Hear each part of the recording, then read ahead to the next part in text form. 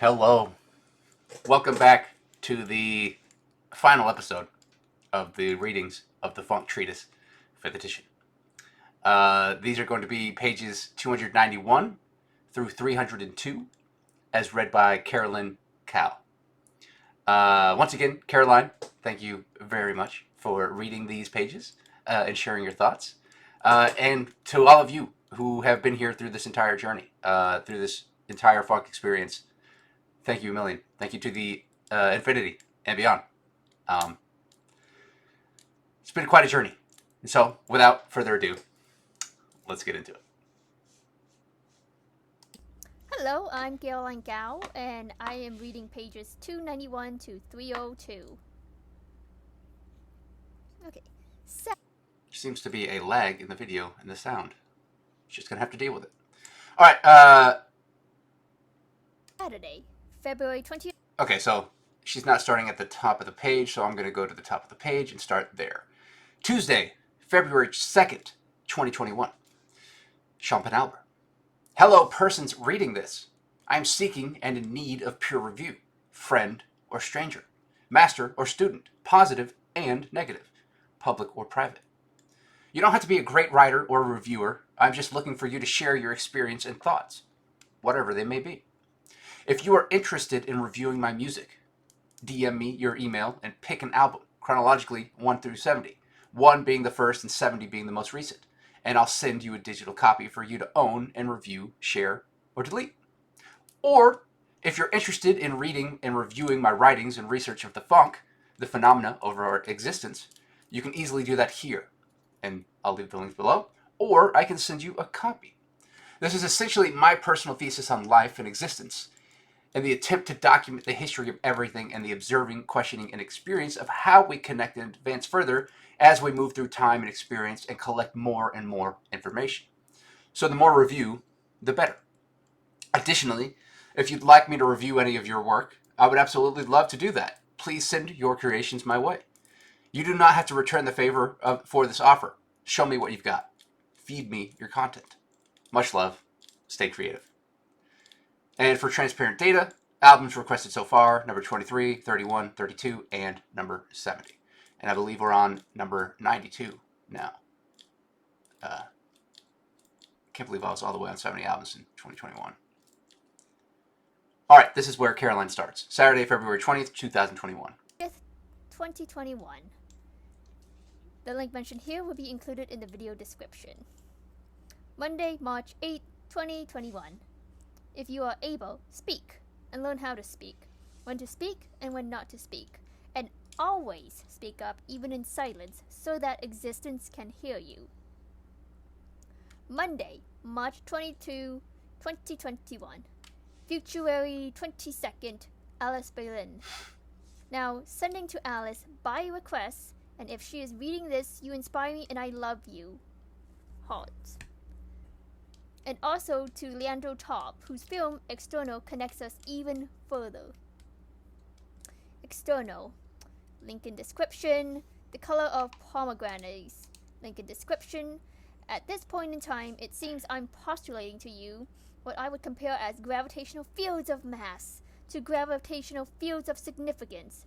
The more impact and influence a particle or collective item has, events are guided towards it like a magnetic gravitational field, or black hole, of significance. And these significant funk particles cause reality to do what it does, whenever, wherever, and however they resonate within and without whoever or whatever. June 12, 2022. Committing conventional marginalization.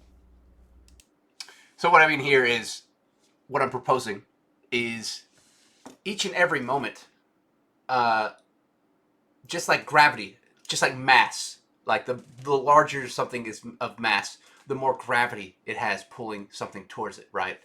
And so I think that that happens with significance as well as with influence. I think there's these gravitational fields of things that are meant to be, of significance, of things that are supposed to happen, and that's kind of that maliorecognition that I'm talking about earlier in the treatise. This would be the balance, the key meeting of Carvanial maliorecognition. And so I don't know. I just think that's a thought. There's no way to really prove that or not, but I think it's just something to think about, that there are significant moments in history in these pockets throughout time and throughout almost every day. But there's some that are grandly significant in what we apply our care to or attention to. Wednesday, March 24th, 2021. Now sending by request to Eric Carofino. Thank you for your support and validation. That's what I've been doing all these years. Carries the inspiration I always hoped to inspire. And Eric, thank you again for being one of the people reading this treatise as well on video. Tuesday, April 13th, 2021. Now sharing with Scott White and the listeners of the Burt Reynolds and Charles Bronson podcast. Thanks again for having me on. Wednesday, July 28th, 2021. Many things has happened since I last updated this, so at the moment I'm going to share in a manner of random order and attempt to discuss all the things I put aside as notes to put here when I had the time over the past few months. Pod Save the People, link in description. These are all podcasts that I highly recommend. These are ones that I've either listened to everything already, some that do continue to make live updates that I'm still following, or some that I haven't finished yet. But out of all of these, basically I take one and I rotate another one every day. And I have like a list right now of I think 31 that I rotate through. So basically almost one a day per month. Description. So Pod Save the People is the first one. Intersectionality Matters, link in description. B, Antiracist, link in description. March 25, 2023, more podcasts I'm going through or have finished. Now, I don't know if Intersectionality Matters or Be Antiracist have new episodes, but I did listen to everything that they had while they had it. Maybe they've come back since then. But I still follow Pod Save the People every week, and I highly recommend that one as well. Philosophize This, link in description. Philosophize This, incredible. I think probably, in my opinion, the best philosophy podcast out there. I've listened to almost every episode at least twice, except the new ones that have come out. BBC Heart and Soul, link in description. Mufti Menk, link in description. Krishna Moses, link. The Zao, link. Buddhism Guide, link. Cup of Tao, link. Walking the Timeless Way, link. The I'll let her read all these and then I'll come back. Jungian Life, link. The Sikh Renaissance, link. Jainism For Everyone, link. Theosophy Talks, link. Baha'i Blogcast, link. Natural Born Alchemist, link. The Nietzsche Podcast, link. Theory and Philosophy, link. History of Philosophy Without Any Gaps, link. The Panpsycast, link. June 22nd, 2024, and some more. Unorthodox, link. Posthumanism and Technology, link. Revolution and Ideology, link. Buddha at the Gas Pump, link. Jungianthology Radio, link. Okay, so let's go over these to tell you kind of what each one is. So Philosophize This is basically every episode, Stephen West explores either different philosophers or different like concepts, and then like branches them kind of together. Again, it's extremely entertaining, really good, very knowledgeable, and he presents it really well. BBC Heart and Soul is kind of like a podcast of different aspects. They have a broad range of things that they interview and go do. Mufti Menk is the Islam podcast that I listen to. I haven't gotten very far into it because the first like lots of episodes are basically of Ramadan, and they're like, since Ramadan is a lengthy thing, they record every day and then post it as the podcast. And so I think I'm still in like 2000 something. I don't even think I'm in the 2010s yet on that, and so I'm still way back in time. I got a lot of catching up to do. Krishna's Mercy. I don't really listen to that one as much anymore because it's basically like AI speak. Like they got, it's not a human saying the podcast. And then also they delete past episodes.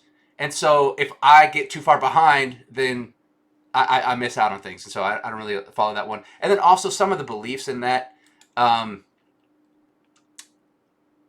like tit for tat beliefs and proper beating, kind of. I didn't enjoy or respect some of the ideas presented in this. Now, again, it could expand and I could be wrong, and it could be the person presenting this podcast, but I don't really listen to that one as much anymore.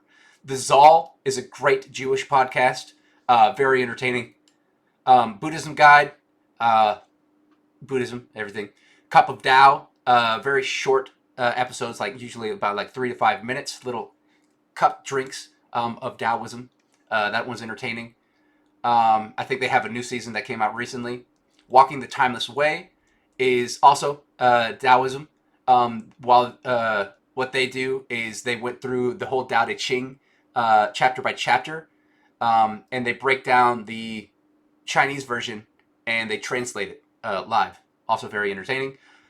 This Jungian Life is 3 Jungian analysts, and basically they break down episodes of like archetypes and stuff.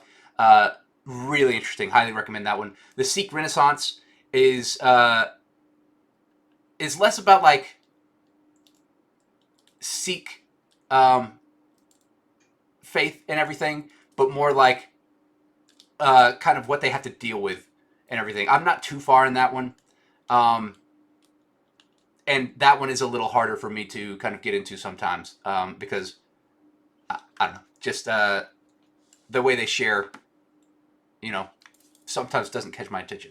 Sometimes it just turns into background noise. Apologies if that's you on this podcast. Jainism For Everyone. Really enjoy that. That was actually recorded in Houston at the Jainist Temple, which is crazy. I would love to go visit. I don't know if it's still open, but apparently I saw the other day when I was like looking at Google Maps and everything that they might be expanding their chapter to literally down the street from my house. And so if they do, then I will be attending more Jainist talks. I really resonate with Jainism. Theosophy Talks is about theosophists and kind of, it's not a lot of episodes. It was just a very brief thing. But theosophy is kind of the attempt to study truth. It gets really deep in there, kind of sometimes even breaching a cult. Baha'i Blogcast is Rainn Wilson's podcast, where they talk about the Baha'i faith. Very entertaining, because, it's Rainn Wilson. Natural Born Alchemist, very, very fun show. And so that one kind of gets into spirituality and alchemy and a lot of broad subjects. And this guy basically has on all these various guests and everything, and then usually plays a song at the end relating somehow to the episode. The Nietzsche Podcast, all about Nietzsche. Theory and Philosophy, also a very interesting one, usually about theory and philosophy. The History of Philosophy Without Any Gaps, I would also highly recommend. I don't even know if he's done with it. I don't know if this guy will ever be done with it, but literally he starts philosophy at the very beginning and then goes step by step, no gaps. And I'm still, I think, in ancient Greece. And I've been listening to that for a while. The Panpsycast, also super entertaining. And they kind of go into panpsychism. That one's the cast that they have, the hosts, very funny people. I really enjoy those episodes. Unorthodox, also a Jewish podcast, also very funny hosts. Really enjoy that one. Posthumanism and Technology. Sometimes it can branch into tuning out on that one, but some of the episodes are super interesting. Revolution and Ideology, same thing. But that one is more about like revolution, the history of revolutions and everything. Some of the episodes are super, super entertaining, but sometimes they can also be like, I just drain out, or zone out on them. Buddha at the Gas Pump, highly recommended. That is about a guy who interviews people who have had spiritual awakenings, and they discuss that and how it led up to that, and what they're doing now and everything. And Jungianthology Radio is just more Jungian Jungian analysis and breakdown and everything. I think they've changed the name to that. There's more that I'm listening to now because I finished some of these, and when I finish, I add another one into the rotation. But highly recommended, all of these. Some more than others, as you've heard me say. Let's continue. How many particles does it take for an onion to become an apple? Or plasma to become the last remaining atom of a fully aged shirt button worn by a doll from 1862 to its last identifier decayed particle matter or transfer of energy in time and space, or a blood cell at X point in time and place, and the movement of a second hand on a wristwatch from 45 to 46. How many ways can you morph one thing or moment into another? Infinitely. Real or not? Will it always make sense or work? Not to the perceiver, but everything must be experienced while processing through the funk, the true and the false, the yin and the yang, and us observing and influencing it all. And sometimes the lack of. When we can change an apple to an onion. So what I mean here is kind of addressing Plato's forms. Like, we recognize forms. Like, when you imagine a tree has this specific tree-iness, right? There's various trees and everything, but when you look at this, that doesn't really remind you of tree. You know the distinction of and what's a tree and kind of what is not a tree. But when does something become not a tree? How many atoms do you have to remove from this thing before it becomes something else? And so the original question, I think, is very interesting about how many particles does it take for an onion to become an apple? Because who knows? Like, from element to particle, when do you reach that transformation? When one, you see, like, it's an onion, and then it starts changing over time very, very slowly, and so you're finally like, oh, that's an apple, that's not an onion anymore. And so there's just different yaws of themselves becoming different things. Through animation, thought, virtual reality, or beyond, who can argue that with infinite time, eventually an apple could be able to become an onion when closer observing and investigating what funk really is? The funk is a collection of everything working together, by choice or not, to be present, while expanding beyond. Now, it's not reality. But now, through ChatGPT, I guarantee I could type in a prompt saying, transform an onion into an apple. And it would show me a video of an onion transforming into an apple in some way. And so, that's reality now. Now, it's not like physical reality, but it is something, it's a possibility that we've never been able to have to that degree before. And that's just going to continue evolving and expanding until perhaps one day maybe we can change an onion into an apple. Recently, I haven't looked too deep into it, but apparently in one of the colliders, like the Hadron Collider or something like that, they were able to turn lead into gold for a split second, which they've been trying to do in alchemy forever. Maybe they have done it. Maybe, the alchemists are good at keeping their secrets. But for scientists to actually do it and publish it and say, holy shit, we did it, that's kind of wild. Relativity, subjectivity, perspective, light, being, preservation, conservation, and the inevitability of entropy and entaxy. When truth is challenged, you should never lie to those you love and care for. But lying to your oppressor can sometimes be reasonable or justifiable. And then how do we rehabilitate oppression offenders? It does not illustrate. It is the sensation of its own realization. I'm sorry about the video. I don't remember it being like this when I first watched it. I kind of do remember a little bit lagging, but definitely not this bad. And I know it's not my computer. So, odd. Generic space. A loose gravitation comparable to mythology itself, which also has no center of gravity. Sai Twumbi. But if you're listening, then it shouldn't be a problem. Link in description. Men, XY, come from woman, XX, come from funk, FU. The funk is pure, they, and more to come. Some species of funk produce males seasonally, and only for mating, and asexual species can simply do it themselves. The whole spectrum of sex and gender, whatever species of microchromosomes and beyond, are funk. When you break things down in the reality of nature and everything, humans think that men are the more powerful of the species and everything. But the things that women can do are incredible. Not women, like human women, but like I'm talking about like things that have the double X chromosome. The female species entirely. Because even men start out as the female as females, but our chromosomes get switched to the XY. We are a mutation of women. And in the animal kingdom and everything, like take ants for example. Ants are all females for in the colony. All the workers are females, just like bees, all females. And then whenever mating season comes, only then do the queens start producing males. And in ants, males are the ones with wings. So when you see winged ants, those are males. And those just fly around trying to find queens in the wild so that they can fuck and die. That's their only purpose, is to have sex and breed and start it all over again. Thankfully, we aren't that, but who's to say that it doesn't become something like that?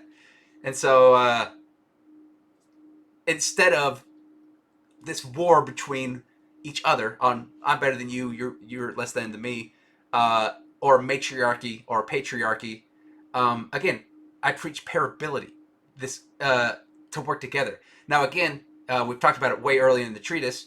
What I propose is a tempo sapio-archy, which is essentially when I was meditating on what would be beyond a matriarchy or a patriarchy. What is the combination of the two to where we can work in synthesis? What is that called? And I couldn't get an answer from anyone. No one really knew. And so I birthed one, and it's a tempo sapio-archy, which is basically to work through time using knowledge, conscious knowledge, and forming and governing. And so it doesn't matter who or what you are. It matters how much you really know and are aware and are willing to help. The pairability and everything. It's not a we're separate but equal kind of thing. It is more equitable pairability. And so that's the kind of future I would like to lean into. It's a tempo sapio-archy. YouTube link in description. Little tiny filaments of vibrating energy in different vibrations of these strings like entity, and they play corresponds to the different particles making up the wall. So everything is united under what music these strings can play. Anything and everything is a score played out on the harmonies of these fundamental strings of funk. It's a sapok, feeling an edgy anticipation of funk. Monday, April 18, 2022. I currently considered that I was trying to ask the universe what this meant, like typing it into Google, and the suggestion would somehow pull up the answer. Which you will experience the future events of that universal Google I've made, the funk. And the information that the funk has provided me currently is that I was trying to Google the feeling of synchronicity that I am feeling currently and you are experiencing now at until your current time here at the time you are currently experiencing this very moment. And so Ixtwerpak is kind of that funk feeling of just like kind of that gut feeling of like you feel the malleurignition pulling you into this moment or pulling you to a moment. Like I should call what's their face, or I should. I don't know. There's many examples that I could use, but like I'm kind of in that, not able to name enough for you an example. But essentially, like it's that gut feeling of like maybe I should go do this thing, and then it leads you into a moment of synchronicity where it's like, oh wow, like I haven't seen you in ages, you know, and you connect with this friend that you haven't seen forever, or it leads you to this moment like you go to the store and maybe you win a prize or something. Like maybe they're having a giveaway or something, and you would have, you almost just stayed at home to not do anything. Many moments of that. Ixtwerpak is kind of that feeling, that edgy anticipation of like, I think something's about to happen. As there is always more context to story of information, there is always more funk to existence. And again, this is another point in the treatise where I ask you to save your point in time in space in the treatise whenever you got to this page and everything. June 12th, 2022. As you can see here, Ikasapak was a placeholder set in motion to inspire and reach the understanding of malorigination. So as not to be confused between the two, malorigination is the funk pull influence towards an event, thing, being, etc. So Ikasapak would be when you feel the funk before or in the moment of an event. That goosebumps or tingle feeling during random moments of reality, or when you're in a flow state and can feel it. Or when you get the feeling of, I belong here at this moment. March 25, 2023. To feel the experience of synchronicity. June 22, 2024. I am about to wrap up the 4th edition of another 4 edit of this treatise. This round took me from January 2024 to now, where I fixed a lot of grammatical errors and made a formatting a lot more consistent. And at the same time, rewrote and transferred the entire document word by word to a Google Doc that can be shared and edited for peer review. I wasn't quite sure where I was going to leave this last insert, so I used a random number generator and suggested I start here. The final things I would like to add for my phone before I wrap up this latest edition are as follows. Dreaming. Thought is the limited, unlimited view of space-time. If you were to look outwards, eyes open, depending on your perspective, the obstacles in your field of view, and your ability to view, how far could your eyes see through time and space? They can see stars. Now close your eyes and see. How far and long can you view? When your eyes are closed and you are looking with your mind, there are no obstructions that it has not created itself and could not exist beyond. So again, kind of like, we kind of addressed this a little bit earlier, but like when you're meditating or when you're dreaming, like right now, looking out, I can see about 3 feet in front of me, and then there's a wall, right? But like, if you close your eyes, you're seeing the darkness, but your imagination is unlimited. You can see as far as your imagination can paint it. And dreams kind of are that unlimited thing. And so, who's to say eventually, like, we're able to train our proprioception where, like, you close your eyes and you can still, tap your fingers everywhere. You still have relation to where things are, even with your eyes closed. I think eventually, if we keep exercising these things and training them in each other, that epigenetically will advance in these things until we can open the aperture of our awareness, either when awake, dreaming, deep sleep, or in Turiya. Loki. Phenomena. When you are showing someone something or doing an activity, and suddenly you can't do it, or it isn't working. Or when you just had something, whether an object or thought, and suddenly it isn't there to be found. And so someone would be familiar with Loki as the god, the trickster, and the trickster god and everything. And so when I say Loki here, I'm not talking about the person, but just the act of like an example I could say is like, let's say you just did something really cool, like a cool dance move or something. Let's say you made a trick shot, right? And you've been making it all day, and you've been practicing this shot, and then as soon as like someone walks by, and you're like, hey, watch this, and you do it, and you just can't do it anymore. It's not working. Or like you build something, right? And then it's working fine, it's going on, and then as soon as like you're like, oh, dude, look at this new thing that I got, and you turn it on, it just doesn't work. That's what I call Loki. It is this phenomena. Or like, let's say I had this pen, you put it down, and it's just like, oh shit, where did I put it? It is gone. Loki. And then the inverse, opposite, would be Taiki. Taishi. Phenomena.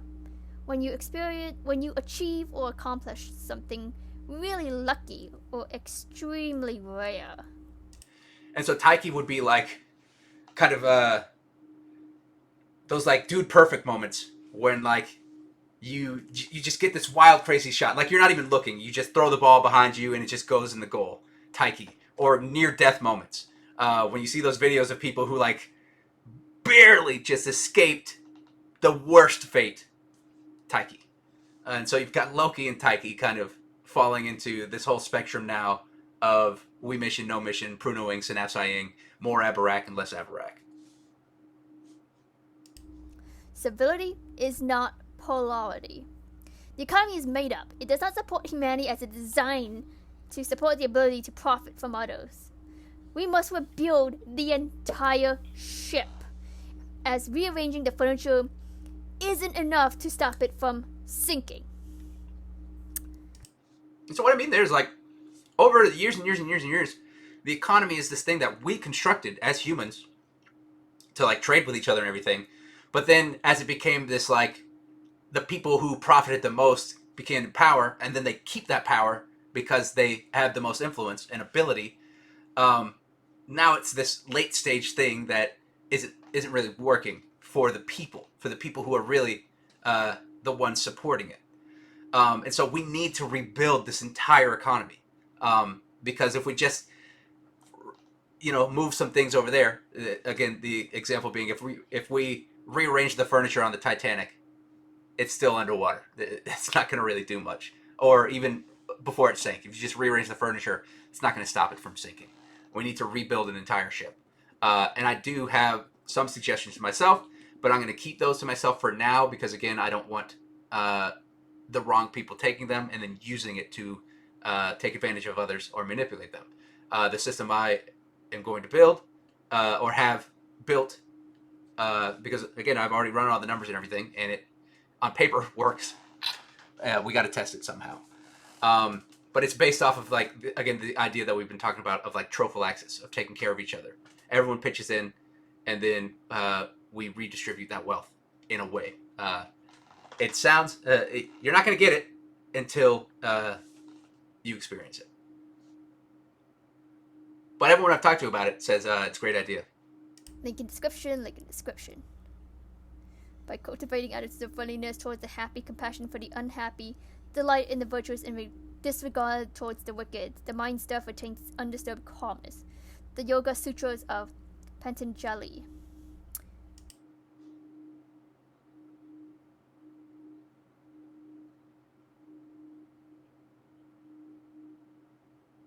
And so that quote is about kind of, again, we talked about earlier, if you lean too far into one area, then you're going to suffer in other areas. The key is to find balance.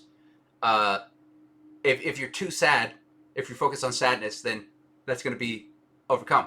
If you're focused on happiness and you want everything to be happy, then when sadness comes, that's going to be a huge hit, a huge low, because, oh man, everything was good and happy. And so by cultivating attitudes of friendliness towards happy people, or towards the happy, compassion for the unhappy, delight in the virtuous, and disregard toward the wicked, the mind stuff retains its undisturbed calmness. And so that's how you return back to calm. Reading Godot by Samuel Beckett in relation to the myth of Sisyphus by Albert Camus. When you realize reality is meaningless, your options are 1. Suicide. 2. Distraction. 3. Denial. 4. Be an actor. 5. Be another kind of artist. 6. Get political. 7. Acceptance. And this is, again, when you realize reality is meaningless, because nihilists will say all of this is pointless. None of it matters because eventually we're all just going to be swallowed by the sun anyways. And so anything that I do today, in the grand scheme of things, doesn't matter. But it does. Everything that you are literally doing right now is having a immaculate effect on all of it. Even because it's as it's happening.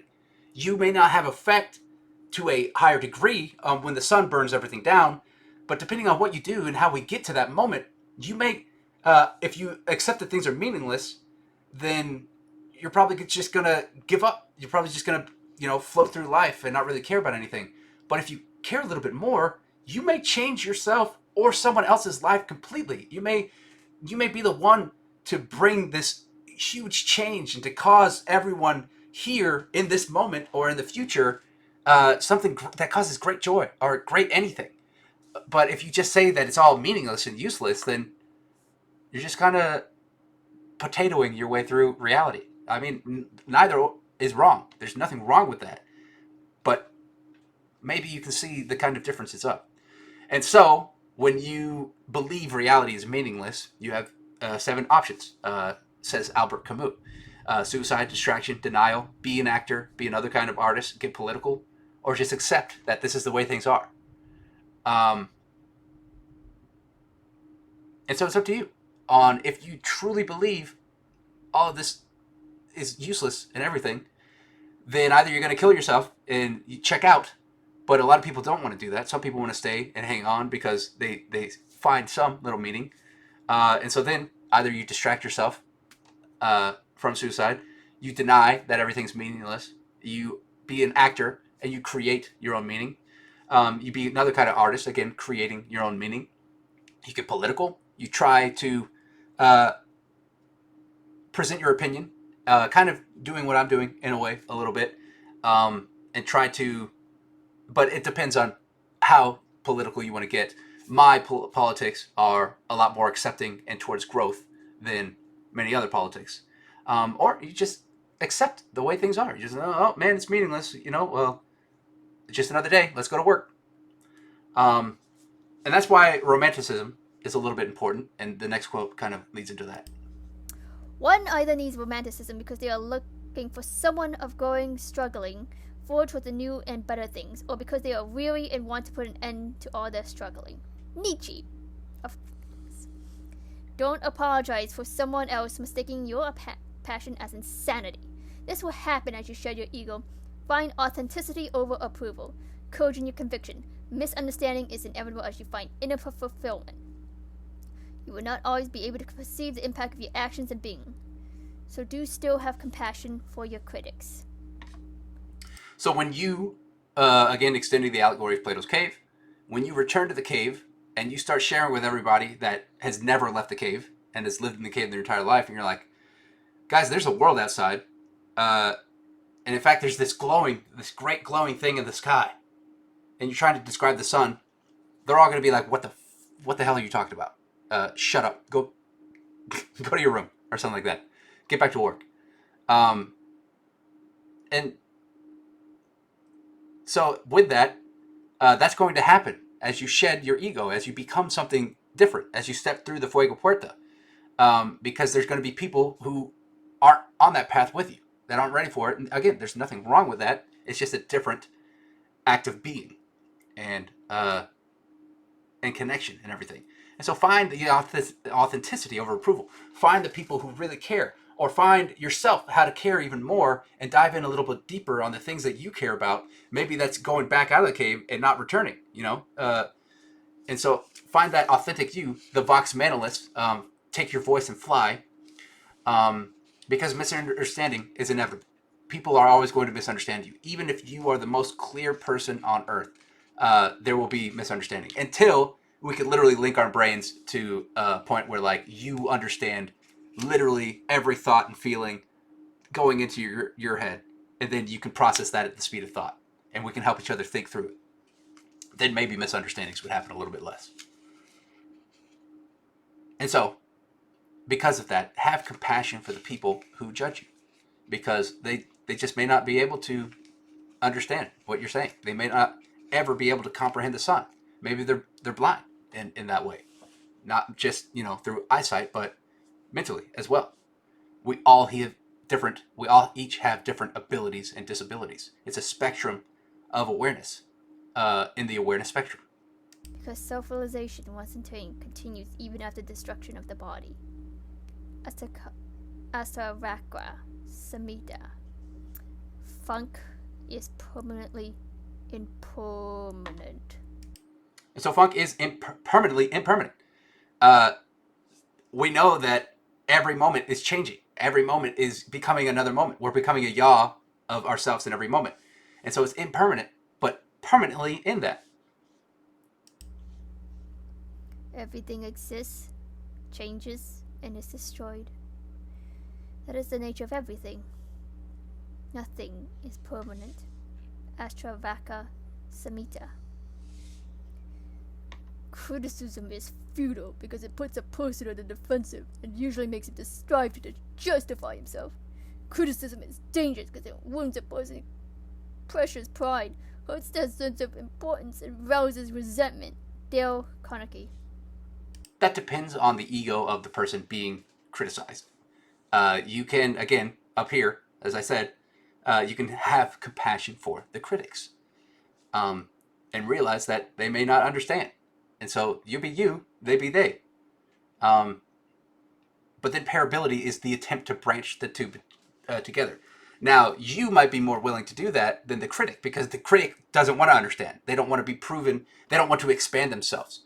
What was that called again? Hold on. Words.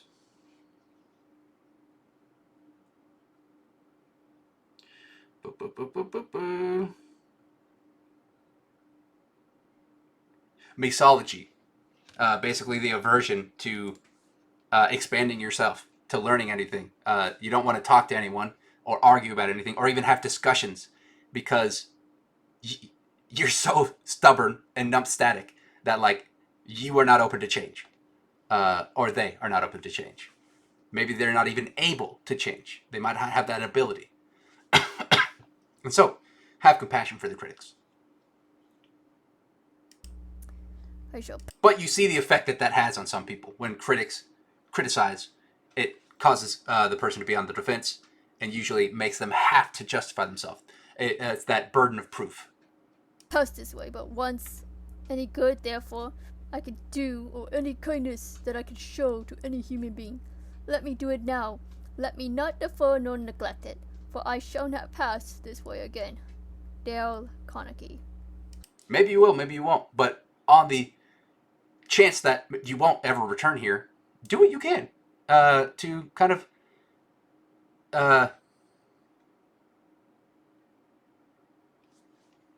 shoot your shot in life, right?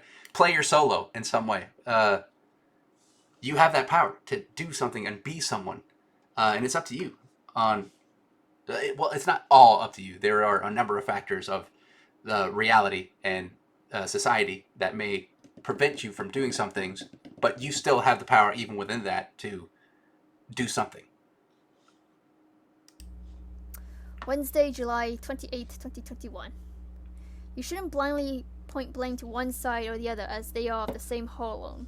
You cannot stop at a point on a circle of two equal but different sides and say, this half is the cause of your problems.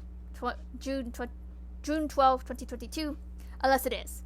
Consider a saucer balanced on a pole. Depending on where it was, a piece of saucer could be missing and it could still be balanced, yet more unstable as if it were completely whole.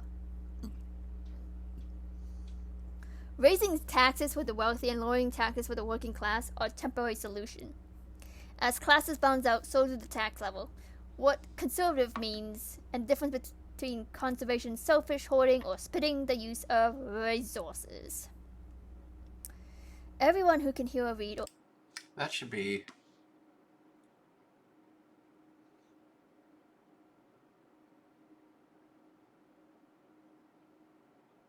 I believe that should be splitting the use of resources, not spiting the use of resources. I'm going to have to see if I meant spiting. But right now, I don't think that kind of makes sense.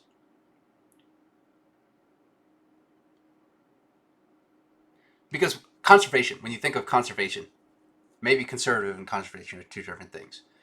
But what conservation is like when you take a painting and now, or anything, like anything old, and you restore it. You restore it back to, it's still aged and old, but just like Theseus' ship, you can replace parts and upgrade it and update it to where it still keeps working. But it seems the conservative today just means to hoard everything and to not fix it. To just let everything else turn to shit as well.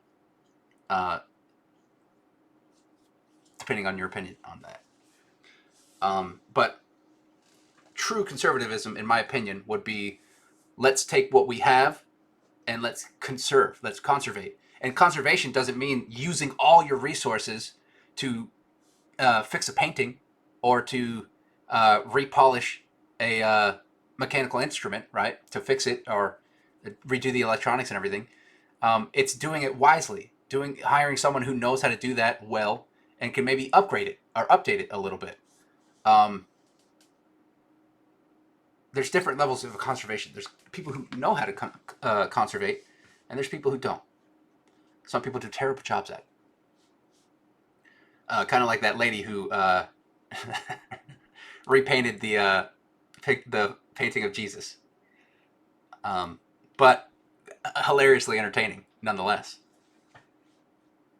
Understand and interpret what I'm currently saying should be able to, or at least partially remember this sentence and this moment in space-time because of how it's presented, processed, or acknowledged.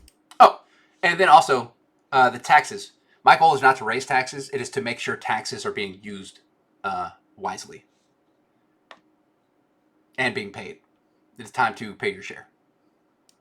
After witnessing or experiencing the previous sentence, and also this one, and the next, and all, and everything within and without the entire funk together at whatever point, you will forever know it happened, even if you are misremembering exactly how it went or didn't understand it. This moment can be shared at every moment as long as we have moments to share. But some information is lost between vessels and particles or saved in other ways that alter or corrupt the funk, until time reaches a point where the funk is able to reach itself after experiencing more or less than an infinite amount of itself. And so, you may not remember this moment, this sentence, and everything, but you're a part of it. It's happened. And to make you potentially remember this moment even more, beyond the sentence, just remember this. And so now that's connected to it. It kind of solidifies the moment, making it a little bit more memorable. Now, you might just remember that act and then be like, what was that act about? And so you're, in a way, remembering the moment. Maybe not completely. But all these moments can be shared at every moment as long as we have moments to share. And we can look back at this moment now. And again, potentially, theoretically, deep into the future, we might be able to just look back at all of the past. Or at least what we record. All things are possible through the funk, but some funk is unable to do things presently until we is all eventually able. If A results in B, and B results in C to infinity, then infinity is the result of A. Additionally, A, B, C, etc. are A equals A1, A2, A3, etc. to infinity. But what is A, B, or C a result of, or even for? The ones who profit from the way things are will oppose future possibilities. For example, the industry behind airplanes and trains would oppose teleportation. And the gas industry would oppose cars that run on water. Fact and fiction are both forms of reality. Tuesday, December 7th, 2021. I feel the need to apologize for my absence of being present with you lately, reader, as I have not attributed to this as often as I feel I should. Though in your eyes on these pages, it is immediately following the last entry, but on my end, months have passed since I've returned to this communication. I have mixed feelings, as in this time, between I have felt the urge to continue adding to this transfer of information, and I potentially could have done so, but I was having difficulties processing the information to you. I'm sure some would argue between it being more effective to archive personal data, e.g. live feed, all out at the time, while you are remembering experiencing it, and then go back and edit or take time to process it and attempt to communicate with more time and experience upon everything. And truth lies within and beyond both. As I've many times attempted to describe before, everything exists within a spectrum, and there are all beyond infinite sides of an absolute. Even to simplicity, the binary of off and on are results of more than off and on and 1 and 2, and there is all the between and beyond. And even when one or the other is reduced to itself, there is the construction of one, and the absence of one, and again and all, and beyond nothing, and what it does, or does not exist within. We talked about this in the episode with Kevin Burnett, of essentially like sometimes artists or anyone can get this feeling, maybe not everyone, of just like when you're doing something and you haven't done it in a while, and you feel this like kind of guilt or shame of like, man, I should get back to doing this thing. I will take breaks from the treatise so that I can process further thought and just experience other things and experience life and everything, because the treatise takes a lot of time to edit and, do these videos or other things. It takes time to do, right? And so then you got to rest. You got to experience the funk itself. And then eventually I'll start getting these feelings of like, okay, it's time. It's time to go back and share and everything. And what I'm talking about here in the middle is like, would it be more effective to basically like, when I'm experiencing moments of like revelation and having a thought, often I'll just write it in my phone, but I could also like open up my video camera and like record it and like be in it. Now I'll do voice memos sometimes if I have a deeper thought and want to share it later. But then there's also just writing it down, letting it be, because sometimes the thoughts aren't complete yet and I want to formulate more and go back to them. And so it asks here is like, which is better, but really it's the spectrum of both. Both are good. Both help expand funk. But to return from digression, allow me to attempt to fill in the gaps as we continue across time. In this timeline, there are many distractions from being able to focus on something or anything too long. Even as I type this, multiple screens compete for my attention. And beyond these screens, the events of daily life, physically, socially, etc., and then attempting to describe it all to another source of memory.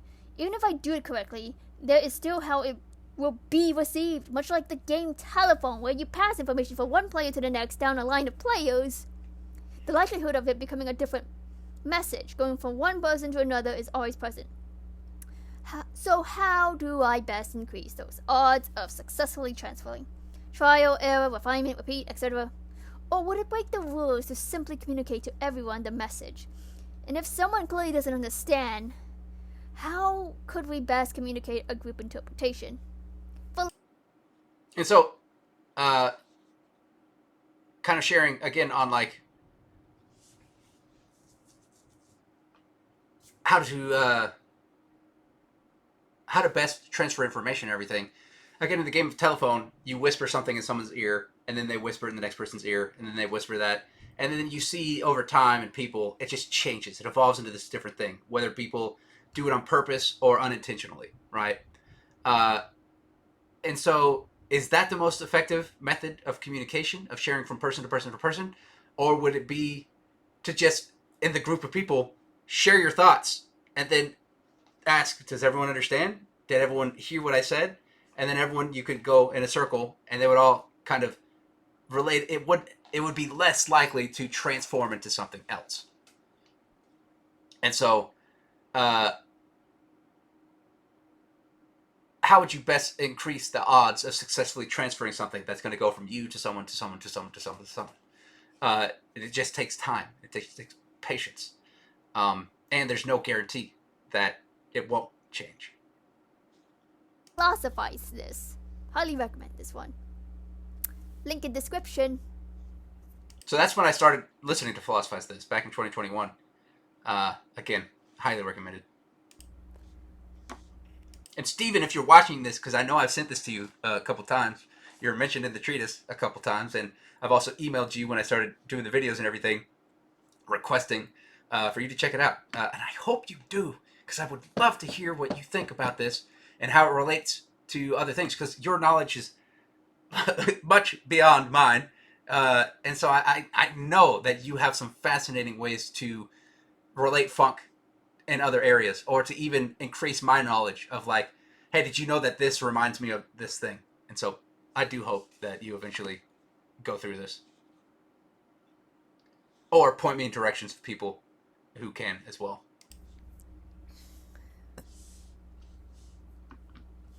Monday, April 18th, 2022. As I previously postulated for years ago to me, but pages ago for you, that we as human are choosing and constructing these moments together and have been for thousands to millions of years of evolution, have evolved to this, the moment where we can decide, live action feed, what to do in the environment of no or greater control. So the more you experience this moment, Monday, April 18, 2022, across time, both the one I am experiencing currently in relay, as my artist image to you in this moment of now, a later version of Monday, April 18, 2022, and you are first again experiencing this moment from Monday, April 18, 2022. And again on this page.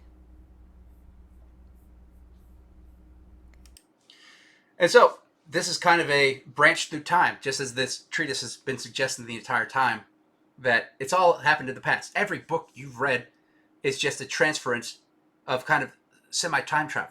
It's the past that you're analyzing in the present.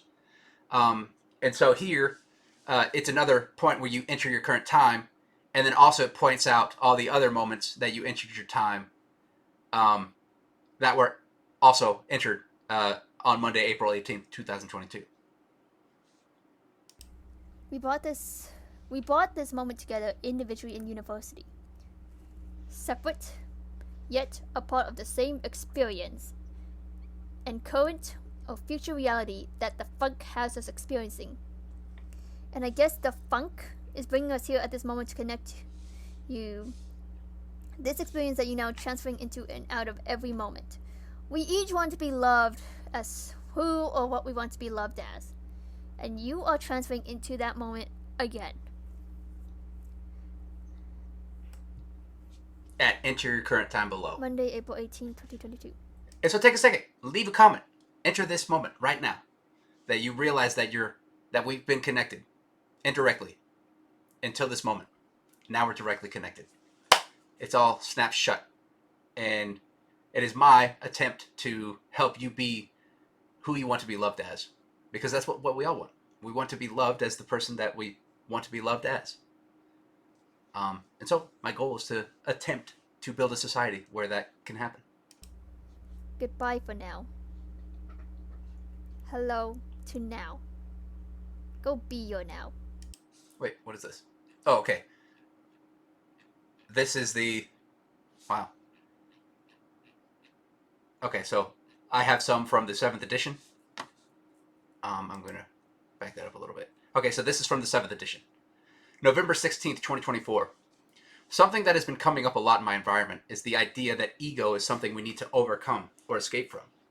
As for me, for some reason I feel a need to share all of this information with you in the future, as it's going to help guide us toward a specific path or something greater. That's my ego. Say, trying to inspire change. I believe I'm doing this out of moral goodness, but that is my belief. My ego. But if the spiritual goal is to dissolve the ego, then should I just stop all of this and just go be and do and attempt a life that does not feed my ego or the funk ego? How is that possible? The current social world we have constructed forces us to feed these egos. We don't necessarily have the option to escape these constructs except for death. Is that heaven and hell? Is this a trap designed to test us in how we choose to feed these egos? Instead of a greater ability to dissolve the ego, we are forced to transfer the ego, to evolve the ego, to discuss what is good and bad, between and beyond, to be and process funk. I remember during the parability meditation, the funk connecting to me that if I chose to move forward, no matter what decision I made, that was the eternity that I would face. So have I doomed us to continue feeding this ego? Or is this attempt at the funk ego analyzing itself to evolve itself? Because it seems that with those two options, life or death, as long as you're alive or exist, you are going to feed the funk ego. Death is the most important part of life because it is the fundamental reality that shapes our understanding of our own mortality and therefore how we live our lives. By acknowledging death, we can fully appreciate the value and preciousness of each moment. So the first part of that, what I kind of mean is like, just in the example we talked about in the last video of like the theoretical Adam and Eve problem, that like, because they ate from the power of knowledge and they gained knowledge, they've been punished and kicked out of the Garden of Eden. Does that mean that we should give up knowledge now? Does that mean that knowledge is bad, that we shouldn't continue learning, because how else will we survive in this atmosphere? I think the best way to seek the forgiveness of God, because God's never going to let us back in the Garden of Eden, so to say, right? If you believe in these stories and everything, but just to use it as stories, right? Let's just use these as examples of thought experiments. In my opinion, the way to seek forgiveness is to use that knowledge now for good, to learn how to better ourselves to where just an act of parability of just like, how do we now use this knowledge again for good, for synapsizing, for we mission, just good, because good and bad are human constructs. But now that we have knowledge, that's a part of it. And then death is the most important part of life. We've talked about this a little bit several times, because when you become immortal, death might be the most. Todd May suggests that death might be the most beautiful part of life because it makes life it gives life meaning. If we were immortal, then we wouldn't be pushed to do anything. We could literally sit on a couch for 1,000,000 years and then be like, oh, okay, I'm ready for some coffee. Or you can use all that time, infinity, to do literally everything, be everyone, everywhere, do whatever. And then eventually you're just going to be like, well, I've done it all. Now what? And so death is super important that way. And then with immortality, the novel never ends. Okay, this extends that. It simply keeps going. There is no closure to the novel because there's no closing of the novel.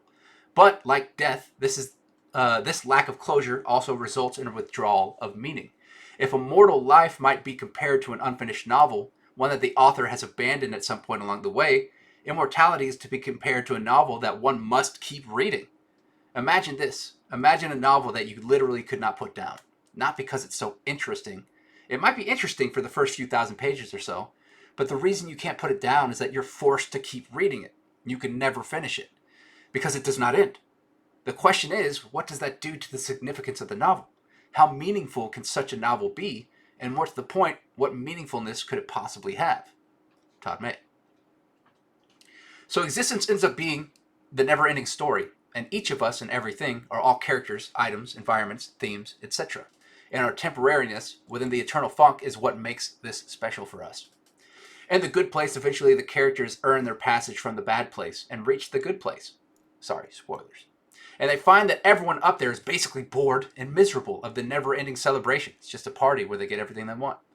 Eventually, they reach a decision that when you are ready to move on from being yourself, you can walk through a portal and dissolve back into the universe and redistribute your being, persona, and true self back into the natural selfless cycle of funk. And that's seemingly where we are.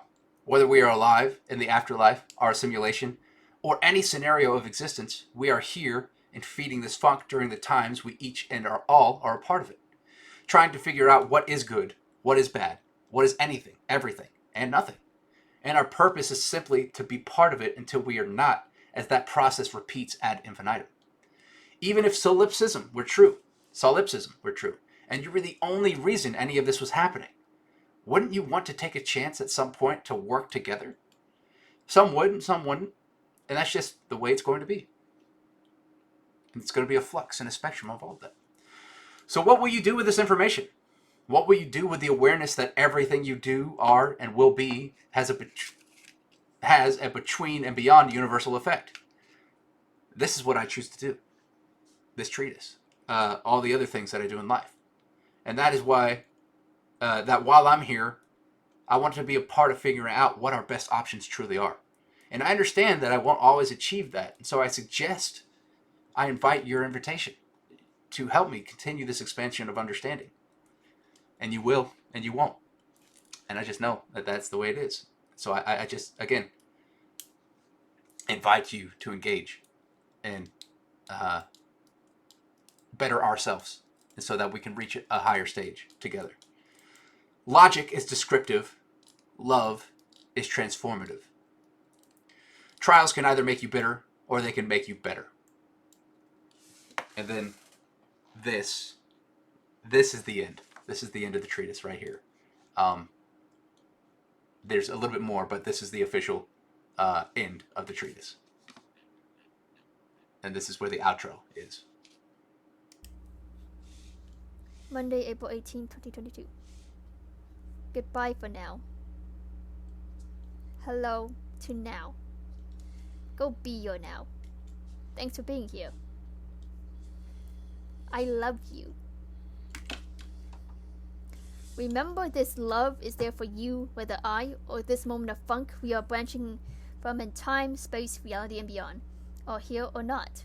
I am currently partially experiencing now, and then indirectly and directly transferring it to you and beyond these moments, and you understand it in ways that are currently learning it to be as you perceive it, and as you continue to perceive it, or not, as yourself and the funk we all experience, the funk ourselves. The funk is what reality exists within, and what existence is created from. What will you be? What will we be? By choice, ability, fate, and with whatever the present or future funk provides you, I or us, with or without. Predetermined, free will, and beyond within superposition and beyond. The funk is thankful, reliant, and determined for your existence, and is always there with you to see what it can or can't currently connect with you or without, carvanistically and magnetically. What will be, and what isn't will eventually become. Just so be your best being you can be, and become what we be, and will go beyond being. Right or wrong, things are most likely moving forward and looking backwards, as the funk always will forever, and in some occasions outside of this one, theoretically never happen. We are experiencing the funk right now, and the future funk will be doing the same in whatever form these evolutionary moments through time results in.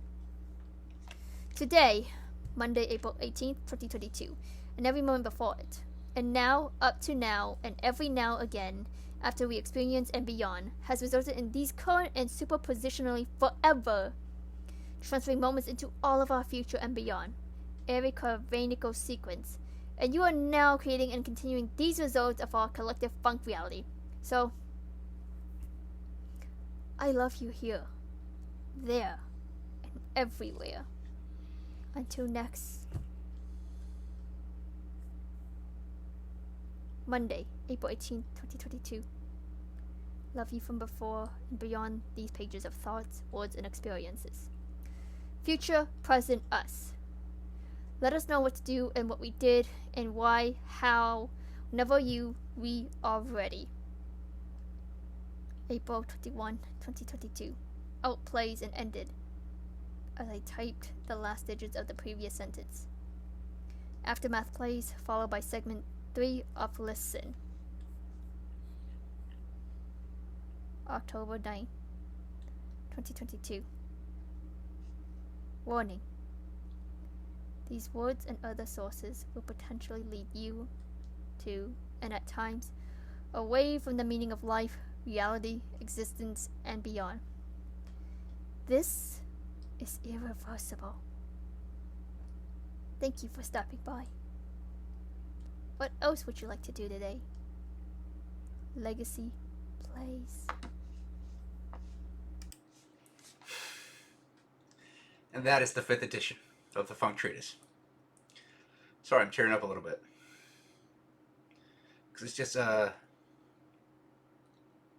don't know. I'm just emotional at sharing this. This love with you. Thank you for being here. Jeez, I don't know what to say.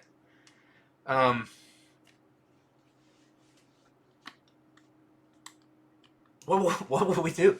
What now? How?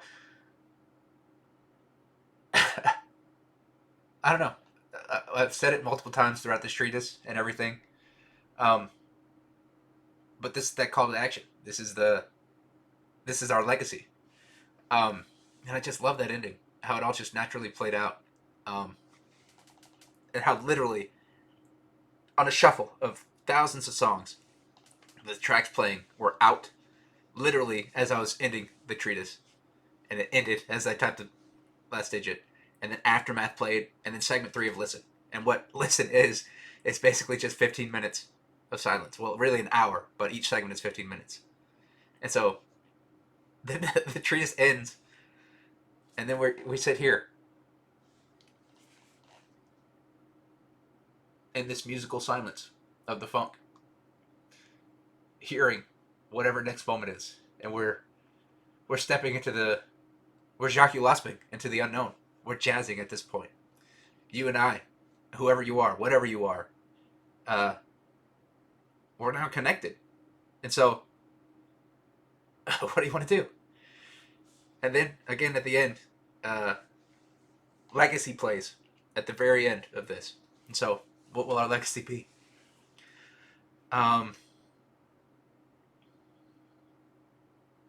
Gosh, I don't know how else to wrap this up. Again, I'm very bad at saying goodbyes. I'm very bad at ending things. Maybe I'm not bad at them. I just, in my opinion, like, I understand that there is no real goodbye. Like, it's just a transformation of events. I feel that, like, saying bye is so permanent.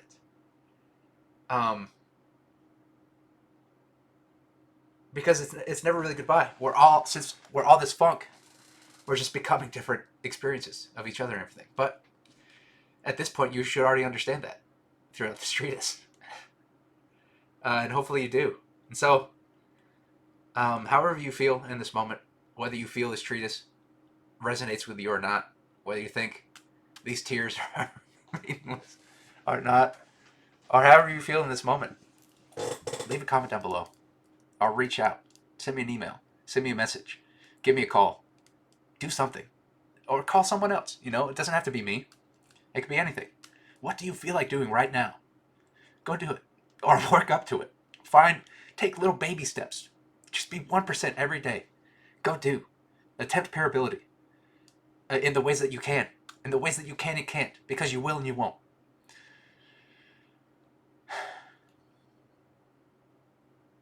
I love you. Caroline, thank you again for wrapping this treatise up and reading your pages. You had 12 pages because I didn't want to hire another person to read barely anything on the last 2 pages. But yes, thank you again for reading. Oh, wait, we got your thoughts still. Let's see what Caroline had to say. Okay, that was a long read. 22 minutes long. Wow. I feel like confession time.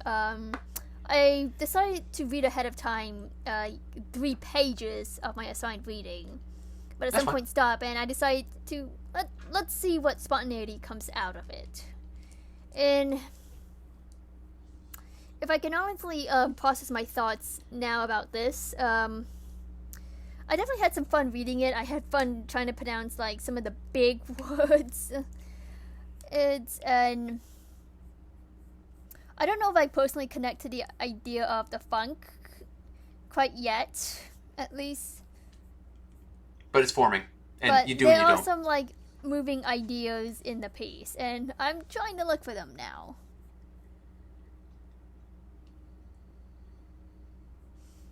And yeah, I like the idea of funk particles doing whatever it can, however they resonate within or without whoever or whatever.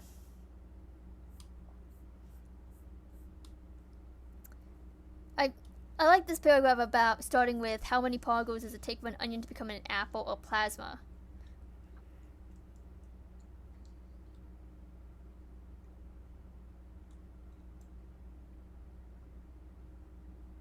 The funk is a collection of everything working together. Yeah, it's pretty old idea, but I suppose pretty classical. The idea that everything is connected.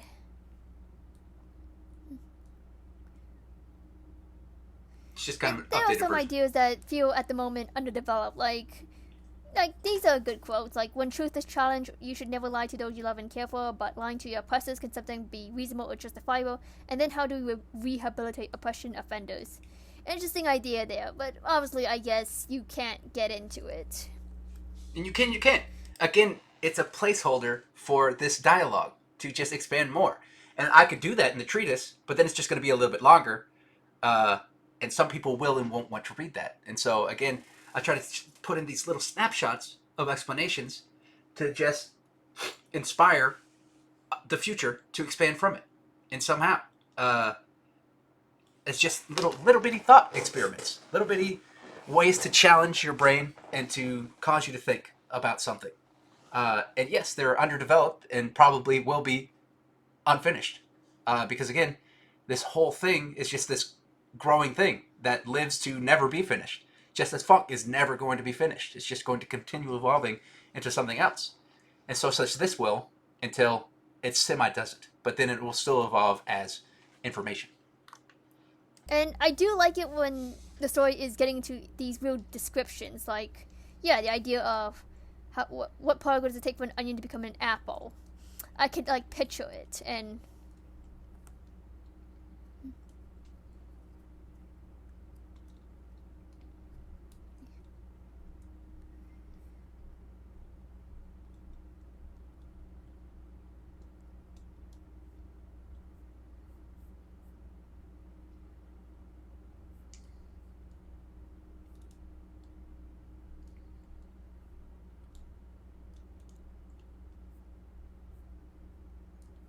Listen, please.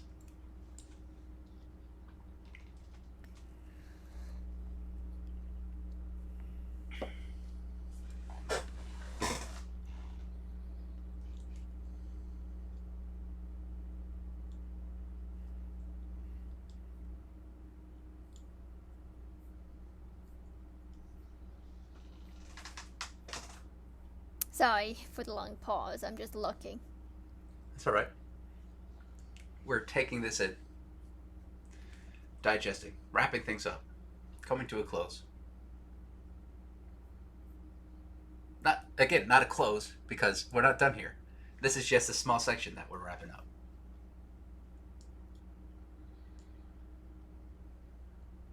We're wrapping up the 7th edition here. Now, and after this, these videos,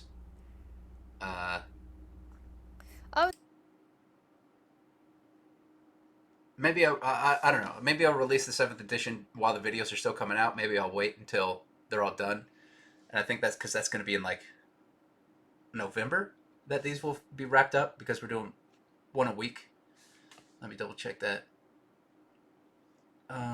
Treatise readings. Okay, yeah, Carol's will be posted on 11/11.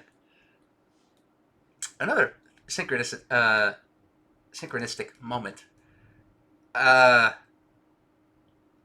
yeah, basically, now that I've gone through all these videos again, and we've read all these together, and I've been making notes on the side, but I also have months of notes that I've been saving up as well.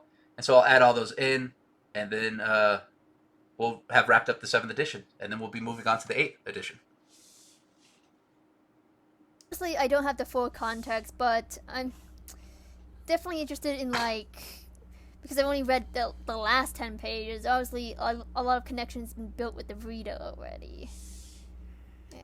But, again, you have the option to go back and read all that, or you can literally just jump to the end, where this is the end part. Now, that's in the 7th edition where I've added this at the end. But if you jump all the way to page 300, I think that's a pretty good summary. I think the outro basically is a great summary, and even maybe a stepping point that makes you be like, what is that about? Maybe I should go back to the beginning, or go back to a different page. And so,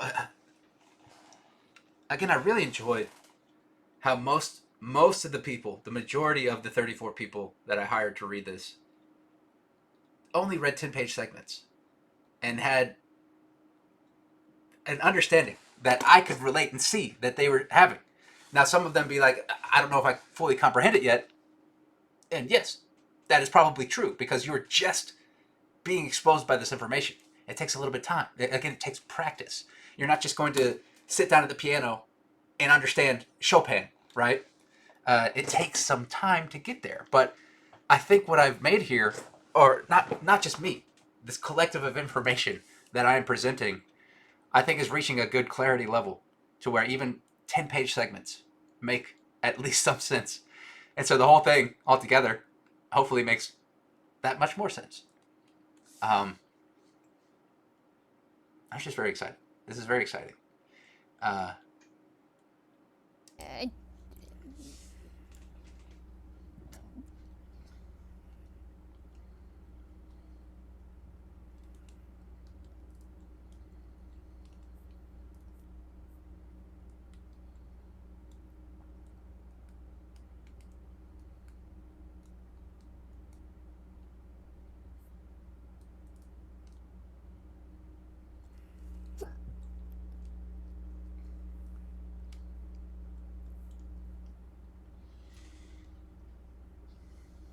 And yeah, so currently right now I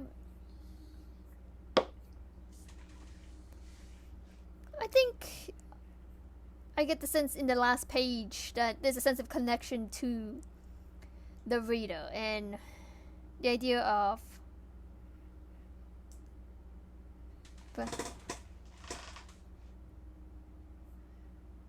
the idea of forever and future present us let us know what to do and what we did and why, how, whenever you are ready, and how the funk is always with us.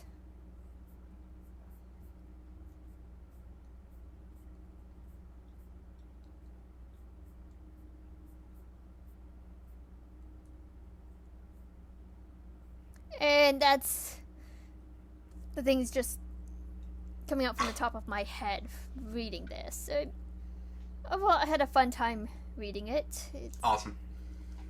Whether I exactly connected with the subject, I can't say. I feel ambivalent, and I don't know if it's my own mood or the piece itself, to be honest. That's fair. Oh, and that's it. Well, once again, thank you, Caroline, for reading and sharing your thoughts.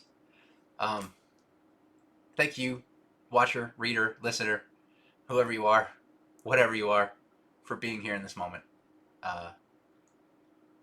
Once again, I love you.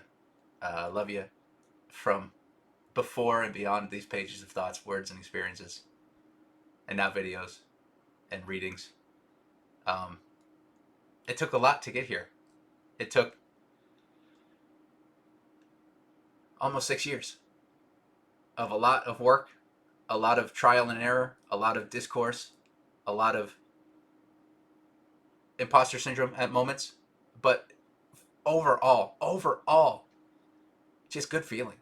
Just good, like, as if this is it. The Ixtwapak. The feeling of that we're on the right path. And how my life has just improved ever since. It has only been on the up. Yes, there are moments that suck.